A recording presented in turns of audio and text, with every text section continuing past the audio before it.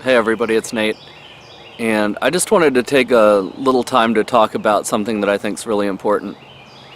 When I first got into foraging, I got into it uh, partly because I wanted to go live in the woods, away from civilization, and just be able to live off of the land, leave everything else behind, and just be wild. I just wanted to rewild as fast as I could and just get away from everything else. And things have really changed for me over the years. I I think it's really important that some people move far away and live in the middle of the woods and do their thing completely wild. But for me, I want to be a bridge um, between the wild and civilization. I think that's really important.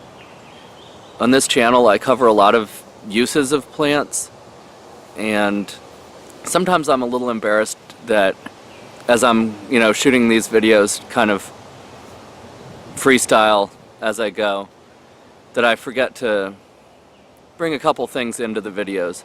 One is to talk about tending the wild.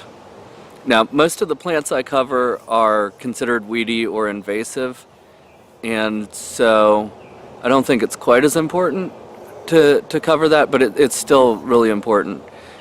We have to be caretakers, and sometimes that means harvesting in a way that cuts the population back of a plant, and sometimes that means harvesting in a way that's regenerative for that plant. But it's really important. It's something that needs to happen, and the ecosystems out there. It's easy to go out into the woods and see all the green and think this is wild and lush and healthy, but the longer you spend looking at the woods, the more you're going to see that things are really dysfunctional there. We have really altered ecosystems in a lot of ways, and they're so resilient that sometimes it's hard for us to see it, but there's a lot going on out there, and the carrying capacity, both for people and for wildlife, is really low. So we can't just pull resources out of the woods. We've got to be planting back. We've got to be tending the wild. And the other thing is, I talk about using plants, and really we should be building mutual relationships with them. And yes, using them, but approaching them as living beings that are worthy of respect. I can respect a wide range of people's views on native and non-native plants and invasive plants and all of that, but it's really hard for me to understand people that want to spray herbicides either in their backyards or in parks or in woods.